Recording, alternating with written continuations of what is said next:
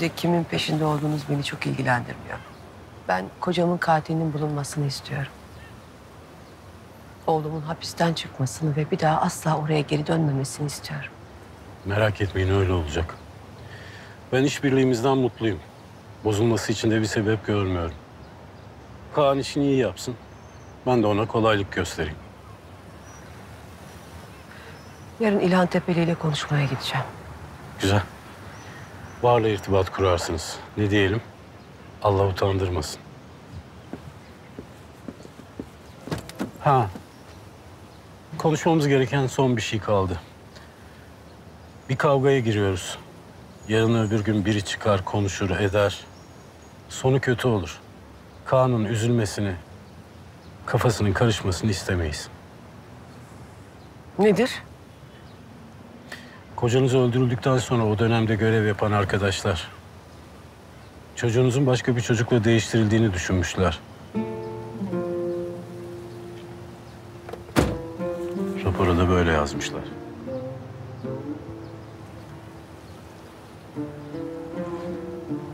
Biliyordum.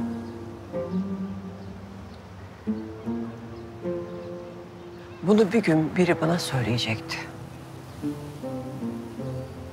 Ve siz söylediniz. Yalan. Yalan bunların hepsi. Kaan benim çocuğum. Öz annesiyim onun. Ben büyüttüm onu. Ben.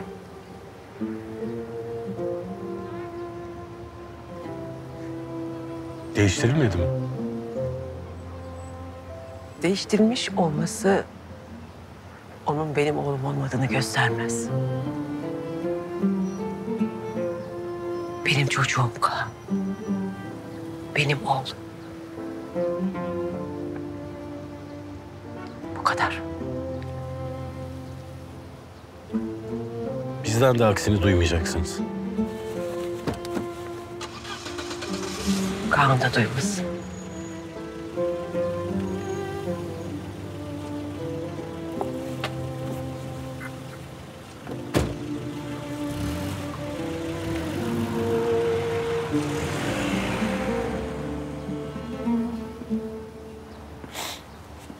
Nasıl?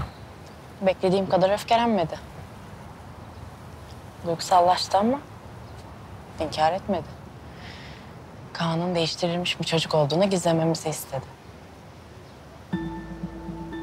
Hesaplanmış bir duygusallık mı diyorsun? Bana öyle geldi. Yok, samimiydi. Yani kızacak, gizleyecek. Normal bu. Bizle yüzleşmek zorunda kaldı. Sen onun sert görünüşüne, katı ifadelerine bakma. Oğluna sarılırken duygularını aldırmış gibi değildi. Fırsattır oğlum. Fırsattır. Bak çıktın hapisten. Buradasın çok şükür. Çok şükür. Eğer sen üzerine düşen görevi yerine getirirsen babanın katilleri cezasını çekecek. Yapabilirsin bunu biliyorum. İyi düşün. İyi düşün oğlum. İyi düşünelim, iyi olsun her şey. Hümeyra Hanım hiç üzülmesin. Kadın hayatı boyunca erkeklerin arasında, silahın külahın arasında yaşamış. Ona göre vaziyet alıyor. Sen de öylesin, değil misin? Ben mi? Yok amirim. Çok şükür ben neysem oyum. Alınma canım. Tabii ki neysen olsun. Da yani işte çalıştığımız ortam bizi belirliyor. Birbirimizi değiştiriyoruz diye. Yani o manada şey yaptım. Neyse onu bırak da... Bu İskender İlhan Tepeli'ye niye yükseldi? Ortada para olarak değişen bir şey de yok. Yani Kaan'ı İskender tarafına alsak, ikili oynasa diye düşündüm ama vakit yok. Vakit yok. Zaten savaş başladıysa son katılanlar ilk zayi olur. Planı bozmayalım. Hümeyra Hanım rica etsin bırakalım. Biz ona göre ilerleriz. Bu ne yapıyor ya? Ruhuna iyi geliyordur.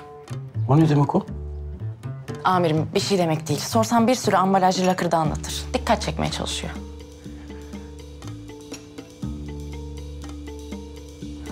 Beyne kan gitmiyor tabii.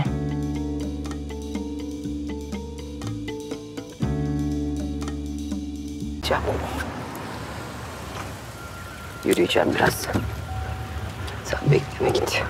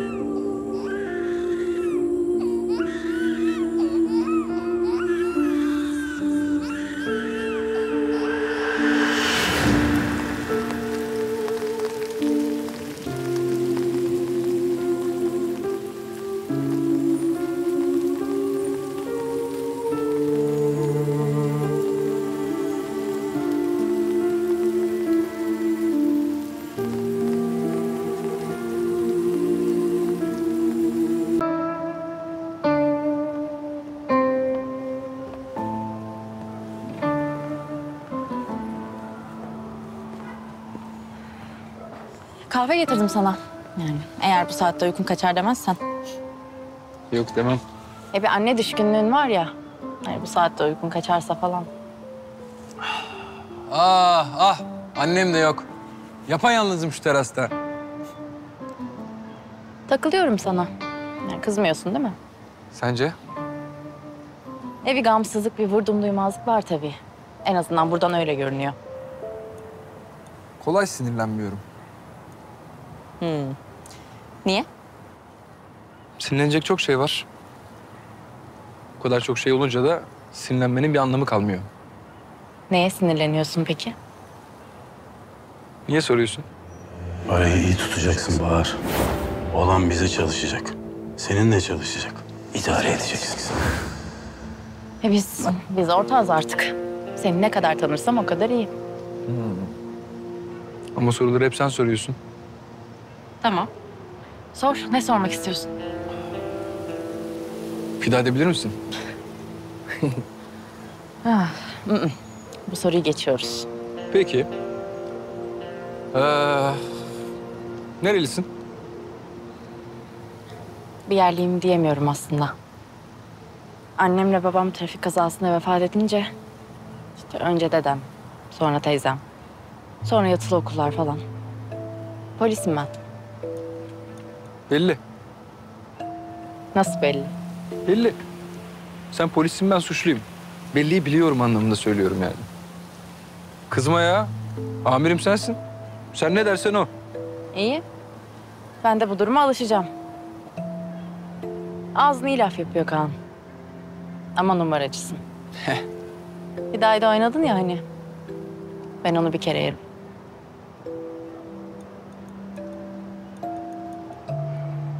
Annem küçükken ben haylazlık ettiğimde feneri söndü, mumun tükendi. Hadi yatağına dert. Ben diyeceğimi demiş olayım da. İyi geceler. İyi geceler. Kahve için sağ ol. Hı hı.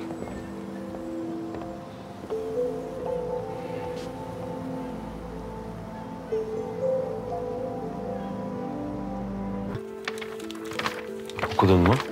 Okudum. Seni üzer müzer okudum. Üzüyor mu beni? İçini dökmüş. Ayrılalım diyor.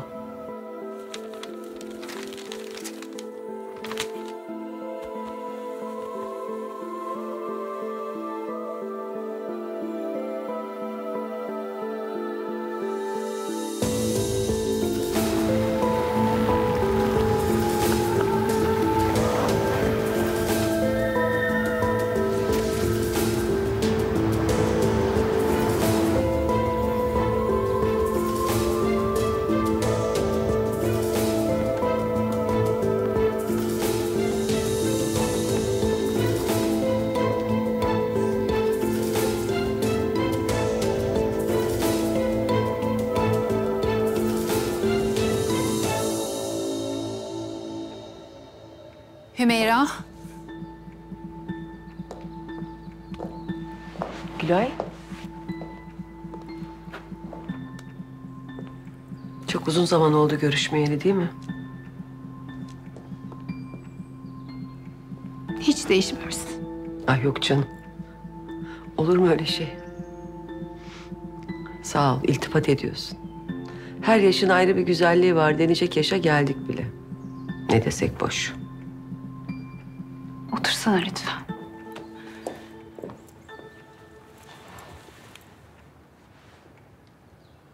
Hümeyra, inan seni gördüğüme çok mutlu oldum. Çay, kahve, bir şeyler içelim. Çocuklar bize çay getirin. Hemen efendim. Sen ne yaptın? Ne oldu? Bir şey mi lazım? Söyle lütfen. Evet, yardımınız lazım oldu da Gülay. İlhan Bey evde mi? Aşağıda fitness yapıyor. Bu erkekler yaşlanınca böyle ağırlık kaldırıyorlar. Birazdan gelir portakal suyunu içmeye. Sen ne yaptın? Evlendin mi bir daha? Ha yok, evlenmedim. Kısmet olmadı. Daha doğrusu ben istemedim evlenmeyi. Oğlanı büyüttüm işte. Geçim derdi falan derken yıllar su gibi aktı gitti. Aa.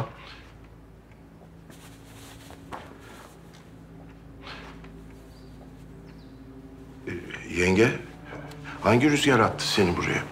Kusura bakmayın, ben böyle habersiz geldim. Ay canım, ne demek ne kusuru? Yılların hatırı var lütfen. İlhan, inan ben Hümeyra'yı görünce böyle içim ısındı. Yenge, kahvaltı edelim mi? Ha yok yok. Teşekkür ederim, ben tokum. Afiyet olsun size. Bir konu hakkında konuşmak istiyordum aslında ben. Oğlum.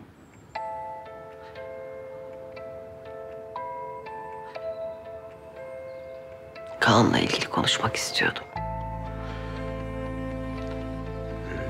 Tabii, konuşalım. Nasıl yardım edebilirim? Baş edemiyorum artık. Baş edemiyorum ben. Cezaevinden yeni çıktı Kaan. Ne yapacağımı bilemiyorum. Yani böyle onun dilinden anlayacak, ona göz kulak olacak bir büyüye ihtiyacımız var. Aklıma da siz geldiniz. Çok iyi düşünmüşsün. Hallederiz. Yani çocuklara tembih edeyim, denk düşerse. İlhancığım, Cihangir'e söyle ayarlasın bir şeyler. Yani zor olacaksa, sizin için külfet olacaksa hiç şey etmeyin yani. Estağfurullah canım, ne külfeti. Aa. Yok, külfet için değil. Yani Eren'in oğlu benim yeğenim sayılır. Boynumuzun borcudur. Ben iyi bir iş olsun. Yani böyle faydası dokunsun istedim. Mesafeli durmamın nedeni ondandır. Yoksa Yoksa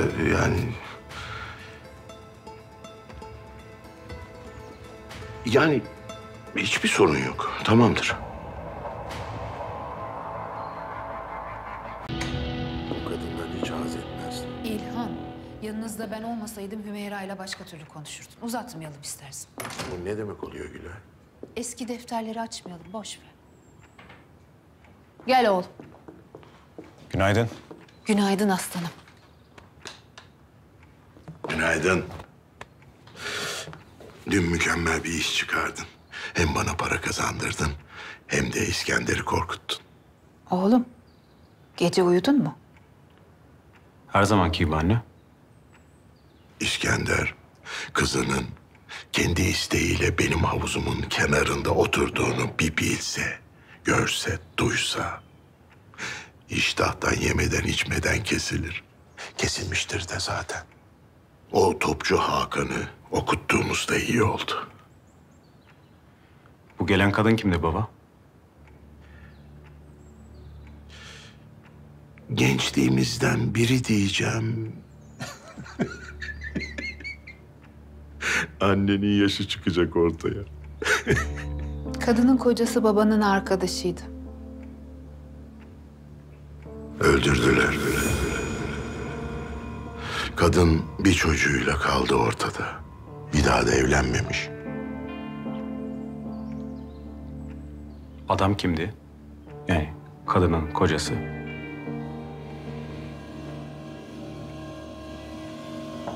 Eren Karabulut. Cihangir, sen İlhan Tepeli'nin oğlu değilsin.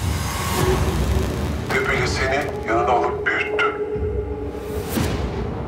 Babanın katiline baba diyorsun.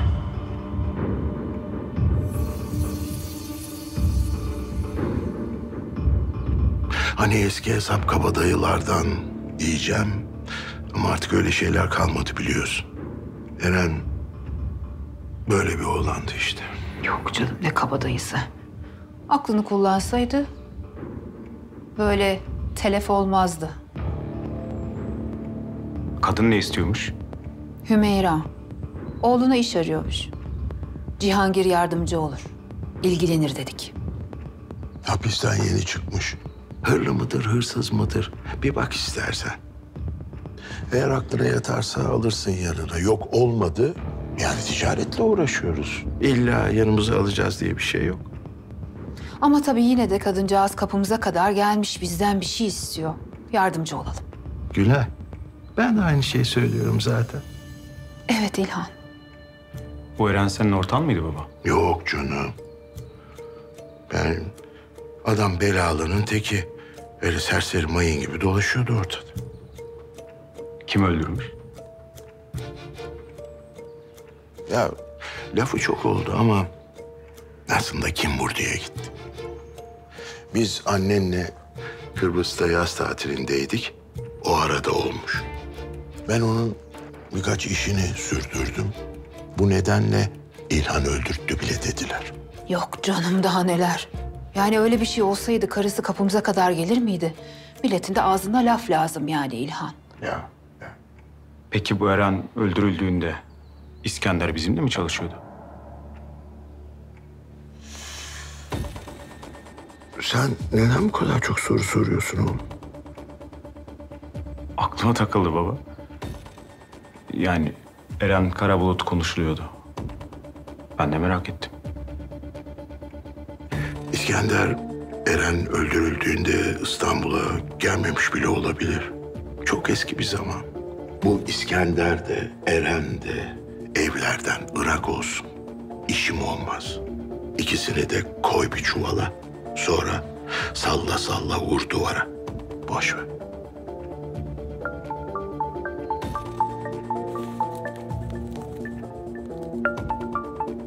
Efendim İrem. Neredesin bir konuşalım. Yarım saat oradayım. Bu Katarlı benim kara kaşıma, kara gözüme olmuş? gelmiyor. Tansiyonum çıkmış. Konuşacağım anne. Şikayet iştah kaçırır oğlum. Senin durumun meydanda. Bu kız daha yolun başındayken ne olacak bana vay vay diyorsa... ...vay ki vaylar bize. Bak ne olacak sana anlatayım. Bugün yarın seni yanına çağıracak. Ve sınayacak. Seni temin ederim ki ayrılalım diyecek. Ben böyle yapamıyorum falan filan diye kıtır atacak sana. Seni seviyorum ama olmuyor. Öyle diyecek. Hem çekecek hem bırakacak. Bu söylediğimi unutma, tamam mı aslanım? Bu gelen kadın Hümeyra. Bana mı gelecek oğlu için? Yok. Oğlu gelecek sana. Öğleden sonra depoya gelsin dedik.